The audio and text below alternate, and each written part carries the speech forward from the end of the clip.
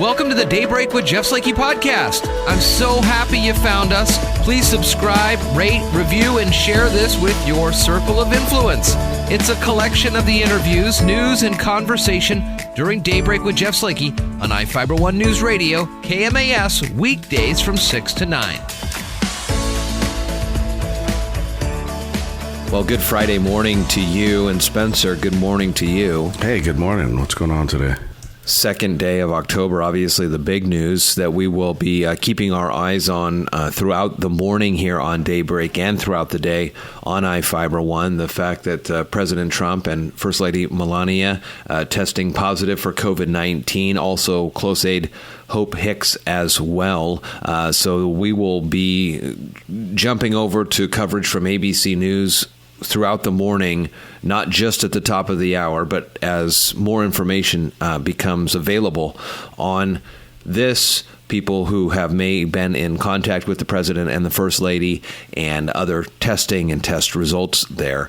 In addition to that, today on the show, Dr. Alex Apostle from the Shelton School District. And tomorrow is World Ostomy Day. So we're going to be talking with a friend of the station. She's been on a couple times, Robin Brown, Mrs. Washington State, and she is the face for the ostomy. It's not a movement, but the ostomy world, and she's going to explain how she has lived through this and is working through living a healthy lifestyle with complications that she has. And there's a lot of folks out there, so it's good to have a face to this. And so that's tomorrow. We'll have a great conversation about that. In addition to that, it's been warm the last couple of days. Does that continue through the weekend, Spence? Yeah, it's going to cool down for the weekend, but today's going to be around 75 and partly cloudy skies. And then it drops to the upper 60s, low 70s for the weekend, where it's going to stay probably for the next week or so.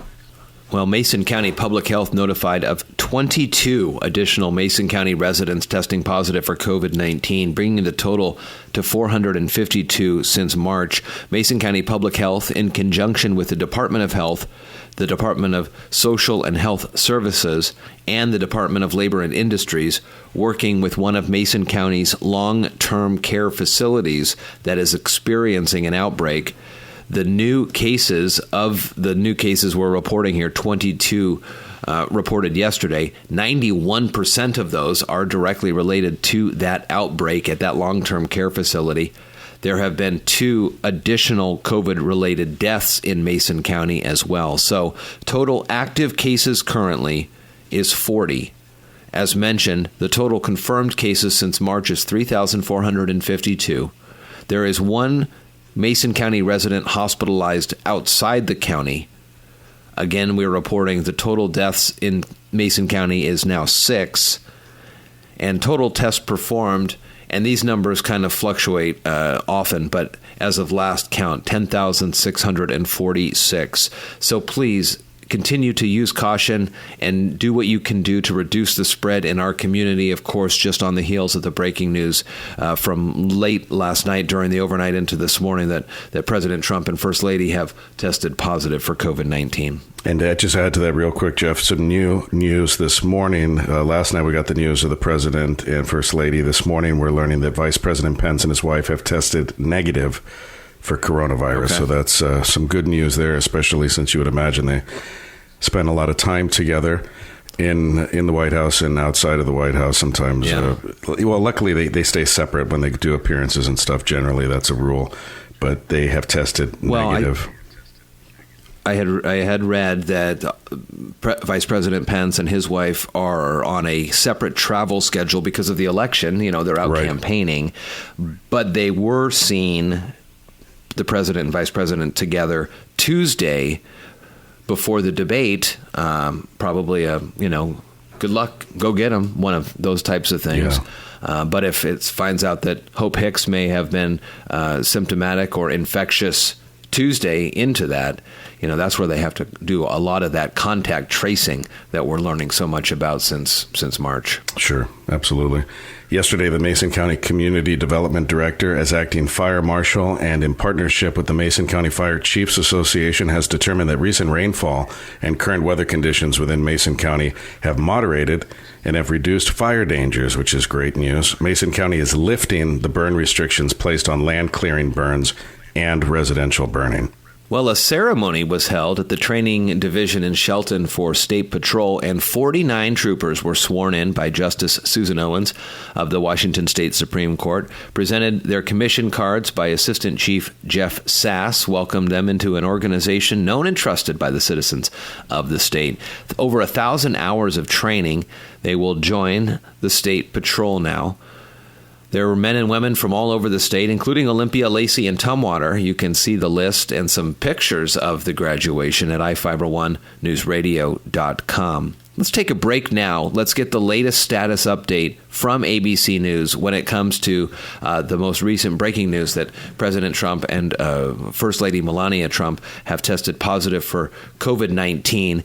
After that, we'll come back with more local news here this morning on Daybreak. Thank you for that from ABC News. And again, we're going to continue to provide those updates as they become available for us here this morning. Further questions with that positive COVID announcement by the President and the First Lady, questions now abound of whether or not we're even going to be able to have the next couple of presidential debates. If the president is under quarantine for 14 days, as what is suggested, that takes us right to Thursday night of the next presidential debate. Next week's the vice presidential one. The week after that's the presidential, but that's within the quarantine period. So there's, I think, even conversations whether or not these are going to happen. If they do, we'll have them on the radio. The 7th will be the vice presidential debate. You just mentioned that Vice President Pence and his wife have tested negative. I'm sure more testing will go through the next couple of days here to make sure everybody's okay. But that looks likely, perhaps that could continue on. But that second and third presidential debate, that could be up in the air right now. Well, luckily with technology, I mean, imagine if this had happened in the Reagan years or Kennedy years, or in the past, they could never do something remotely like we can now. I don't know how they could do it, but I know there's like delay issues and stuff, so that could be a nightmare in and of itself if there's any type of tech glitch. But you'd think they'd be able to do something, even if they were in the same facility, to be more isolated, maybe. I see what you're saying. Maybe 2 different rooms, and then those hardwired connections. The other thing too, though, is if they end up doing this over Zoom, whoever the moderator is will be the host of the meeting, and they can mute folks, which I think is a big thing that folks were looking for at the end of the last debate. Yeah, and then we'd have one of those celebrities that kind of comes in there and photobombs the Zoom meeting. That would be funny. On the third camera there, it's Bill Murray. Is that Bill? Hey, Bill. Ask him a question. The president would be happy to answer it for you. They're playing. That would be fun. Biden changes his background to the West Wing or to the Oval Office. Oh my gosh! I'm just getting a feel for this. Yeah, we got some ideas here. We should produce the next debate, the two of us. That could be it. Both candidates vying for the 10th congressional district would each represent a first for the state if elected. Former Tacoma Mayor Marilyn Strickland would be the first black member of the state's congressional delegation and the first Korean-American woman elected to Congress in the country. State Representative Beth Dolio, who identifies as bisexual, would be the first LGBTQ member of the Washington delegation. Strickland and Dolio emerged from the state's top 2 primary in August, which drew 19 candidates after Democratic U.S. Representative Denny Heck announced late last year that he would retire at the end of his current 2-year term. The district added after the 2010 census includes portions of Mason, Pierce, and Thurston counties, including the state capital of Olympia. Seahawks are 3-0, but giving up an alarming amount of points and yards. No team in league history has allowed more yards passing in the first 3 games of the season than the 1,292 the Hawks have surrendered thus far Only 2 other teams in the league's history have allowed for more points than Seattle's 86, while still winning their first 3 games. We'll see what happens this upcoming weekend, and they'll have it on the air here, 8 o'clock Sunday pregame, kickoff at 10. They're in Miami, taking on the Dolphins. Seahawks, presented by Shelton Health and Rehab, Riviera's Shellfish, South Sound Appliance, Dogtown Grooming, Neil's Pharmacy, and the Shelton Athletic Club. Coming up again today, Dr. Apostle and Mrs. Washington Robin Brown talks Ostomy Day here on Daybreak. Good morning. From the iFiber One News Radio studios, you're listening to Daybreak. Good morning, everybody. It's Friday, and here we are with Dr. Alex Apostle on the phone line from the Shelton School District. Good morning, Alex. Good morning, Jeff. Continuing on through a kind of a straight crazy start to the school year with COVID-19, and let's get some updates on how the curriculum is being accepted across from the students and the faculty and the parents. How's K-12 going for folks? Well, in some cases, it's going very well. In other situations, not so well. But I can just say that our teachers are trying very hard, along with our parents and students, to make it work. We're making adjustments as we go forward. And in fact, next week, I'm going to be visiting with each staff at each one of our schools to talk just about that, find out how things are going. What is it that we need to possibly change or support so we can make things continue to move forward. And then also talking about our plan to hopefully reopen schools and bring our students back in a hybrid fashion as soon as possible.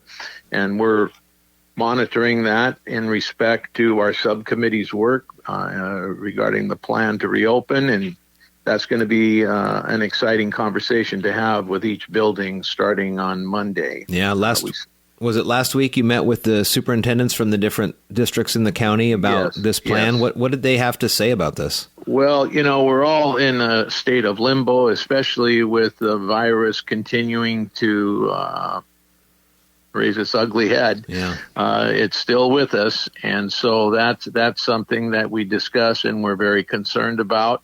But we have determined that as we would have a slow start to bringing students back, starting with the early grades, and then going 2 to 3 week intervals and bring in, depending on how everything is going, we would go into 2 or 3 week intervals to bring other students back into the hybrid model. So, everything depends on the health and safety of our students and our staff. And we don't want to rush into anything. School districts that have rushed into bringing students back to school have suffered the consequences. Superintendent Reichdahl was talking about a couple large school districts in Oklahoma where they opened up a little too fast, and one district had 600 students tested positive. Another one had 1,000 students that tested positive. So we need to be very, very careful. We all want our students to come back to school, but the last thing that we want is to bring them to school too quickly and then have the virus impact our students and our staff. So I will be very honest with everybody that might be listening. I'm going to be very cautious in bringing back our students. And our staff. I want to make sure that they're safe, and I don't want anybody to get sick as we bring kids back. And so we're going to start off slow, and I can't get into the details yet because I want to talk with our teachers in every building starting next week to get their ideas and concerns. But I will tell you that in any kind of a start, we will start with our young kids in elementary, pre-K 1, pre-K 2, pre-K 3, and then go from there depending on where the virus is. When that happens and folks are coming back in, are you going to still stick with the K-12 model as the platform for learning? At this point in time, yes. We have heard from other districts that have incorporated different instructional platforms, and they're having some of the same difficulties that we're experiencing. last year or in the spring, we concentrated on Google Classroom. We were having problems and concerns with that platform. So, there's nothing like face-to-face, and we all know that. So whatever platform we have starting out, we're going to have problems. There's no question about that. Some districts have more than one platform, and they're experiencing extreme difficulties. And we have had problems, and we're having problems, but we're working on them every day, and our teachers are doing their very best to work through some of these issues, and the district is there, and it's going to be there to support them. So we don't want to deviate at this time, but you never know, what can happen. But our plan right now is to stick with the K-12 platform. I got an email in from Linda Wu from the WEA. It's a letter that was dated on the 22nd of this month, or of last month, I guess, September, to you and the school board from Representatives Dan Griffey and Drew McEwen. It talks a little bit about the layoff of classified employees and the decisions there. Have you had a chance to look at this letter? Oh, yes. Yes, I have, and I've read it over very carefully. And I had a conversation with Drew McEwen, I think it was about 2 weeks ago on the phone, and we had a very nice discussion, a very positive discussion, and I indicated to him what we were trying to do as a school district and the position that we were in, and he understood. But some of the things in the letter, we need to clear up and clarify and provide additional information to Drew and Dan. And I sent an email yesterday asking to have a meeting with both Dan and Drew in person or on Zoom, whatever they prefer, so that we can clear up some things that they were mentioning in the letter. Because we have initiated action on practically everything that they indicated in the letter that needed to be done. So it's just a matter of communication, making sure that we provide accurate information to both Dan and Drew, and I'm hoping to meet with them and really discuss our situation in earnest. Dr. Alex Apostle from the Shelton School District. Always good catching up with you Fridays at this time. And as more stuff comes out and gets closer and closer to changes, maybe even that includes back into the school, we'll make sure that the audience, of course, gets all that information. Good to talk with you, sir, and we'll talk again next week. Thank you, Jeff. Always nice to talk with you. Take care. Take care. You're listening to Daybreak on iFiber One News Radio. Hey, good morning, everybody. Jeff Slakey and Spencer Hughes here on the Daybreak Show, and got a great phone call conversation here upcoming. Going to be talking with Robin Brown, Mrs. Washington. We've talked before over the, year and a half or so. We've kind of run in the same circles, and I know being Mrs. First, good morning. How you doing? I'm doing very well. Thank you so much for having me on today, Jeff. I appreciate it. Of course. And so as we have gotten a chance to get to know each other over the interactions we've had, I know one of the things that is key to your lifestyle and your way of life, and then your passion with your pageantry, is ostomy awareness. And so I got to say, as I'm getting ready for our conversation here, I know it's coming up tomorrow, Saturday, October 3rd. So I Google Ostomy Day. And sure enough, I'll be darn sure, the first thing I clicked on is Ostomy Awareness Day. And I scroll down and I see you on the video. Yes, absolutely. I was named this year by the United Ostomy Association. They honored me by naming me this year's Ostomy Awareness Day champion. So that's very exciting, and it allows me to really get my story out there, get education out there, and hopefully, provide a little bit of encouragement for my fellow ostomates at the same time. So talk to me a little bit about this as well for folks who may not be familiar with the word ostomy, what it goes along with. The United Ostomy Association of America is online at ostomy.org. But kind of give me a little background. So a little bit about what an ostomy is basically, for my story, I lived with ulcerative colitis for a long time and had multiple surgeries, many failed medications and treatments, and really had my quality of life had decreased dramatically. And, I was only in my 30s. I had a 2-year-old at home, and, things were just not going well for me. And then I also was involved in an accident where I had some injuries to my intestines. And so basically, long story short, I did not have enough of my intestines for my body to function properly and to process food properly and absorb nutrients properly. So those things are all pretty important if you want to live and be healthy. And so eventually it came about that in order to try and be healthy, I needed to create a different way for my body to process food and get rid of waste.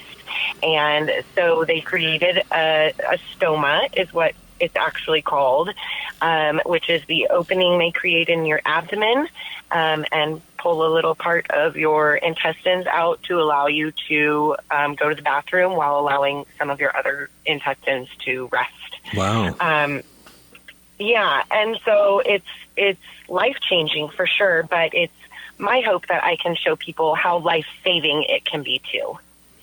I'm looking through the website as well. They have a new 76-page PDF on eating with an ostomy, a comprehensive nutrition guide. I'm sure that's important to do. Talk to me a little bit about what you think it means for you as Mrs. Washington to be such a public figure and, kind of the face for this, especially here in our area in the South Sound.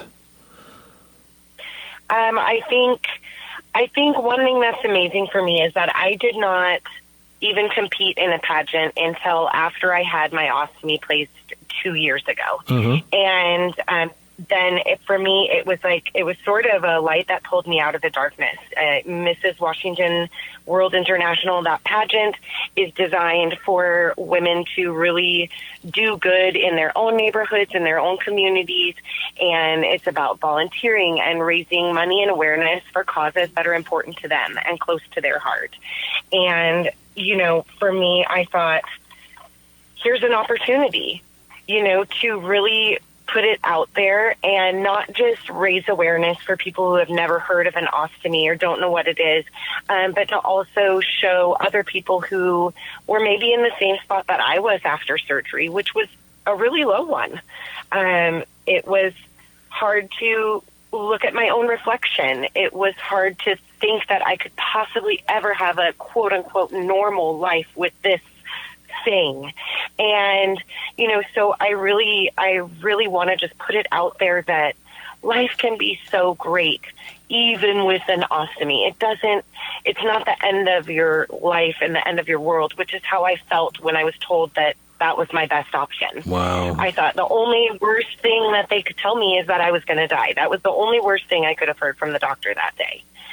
And, so I know firsthand what it's like to be in that dark place after this surgery. And, it's like I said, it's just my hope to really show people that it is okay. And there are ways to learn to love your life and love yourself and love your body again. I can imagine in other years there are times when gatherings would happen across the U.S. in support of these or because of the day and information. But it seems like for tomorrow, Ostomy Awareness Day has kind of gone more online and it's a Facebook Live kind of a thing. What are we going to be able to see on social media tomorrow? It looks like it's going to be at 4 o'clock our time, 7 p.m. Eastern. Mm-hmm. Mm-hmm.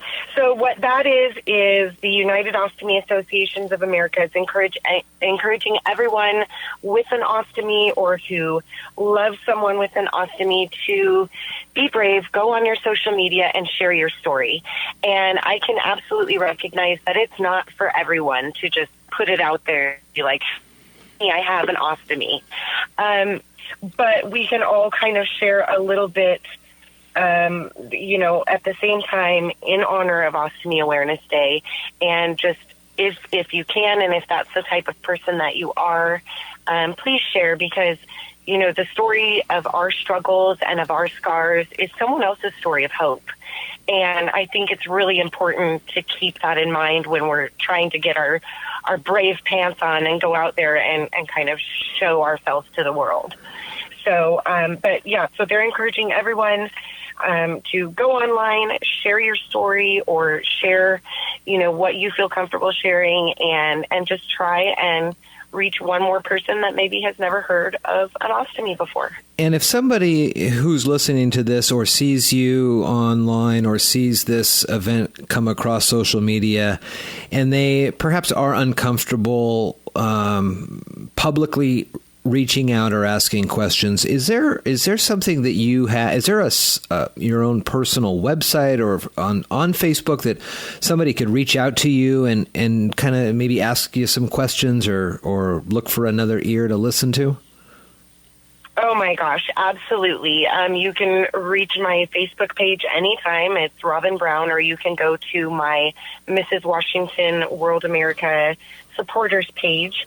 Those are both available, and I'm also available on Instagram as Ostomy Queen. Oh, well, I'll put the links to your Facebook page for sure on this when I post it for folks. And Robin, again, it was, I think it was at one of the North Mason galas or something like that, or something at the Hub. Maybe we met the first time and had good talks, and then kind of every so often connected over the last year and a half or so to follow your path through Mrs. Washington, which was a great one to talk about. And when you told me that this was coming up, for sure get a chance to have you on. I'm glad we got a chance to get you on before tomorrow. Tomorrow is the big day, Ostomy Awareness Day, and they are lifesavers. That is one of the big things that they're talking about. Ostomy.org is the website that you can go to. Robin, it's great to hear your voice. It's great to talk with you. So great to talk to you again. Thank you so much for having me on and trying to bring a little bit more light to the subject of Ostomy Awareness Day, especially as it's the 10th anniversary this year. So I always appreciate the support that we get here in our local community. It's just fantastic. So thank you again. From the iFiber One News Radio studios, you're listening to Daybreak. Steve Kramer from Kramer Tackle with this week's fishing report. There's been some nice fish being caught on the hump tulips. A lot of coho and silvers. Crowds have been pretty thick, though. Bobbers and eggs seem to be the ticket. I've also heard of some nice fish coming out of the Green River in Cowlitz County. Quite a few coho came in with that last rain. If fishing's not your thing, you've got some hunting options too. Muzzleloader elk season opens this coming Saturday in quite a few units. And muzzleloader deer season is happening right now in many units. If that's not your thing, there's always grouse hunting. It's been pretty consistent this year. Or, with the last batch of rain we had, there's plenty of mushrooms to be found if you're willing to go for a walk. So if you can, please take a kid fishing and make sure you check out the recreations page at ifiber1.com, and don't forget my site, kramertackleandguide.com. This has been Steve Kramer. Thanks for listening and good fishing.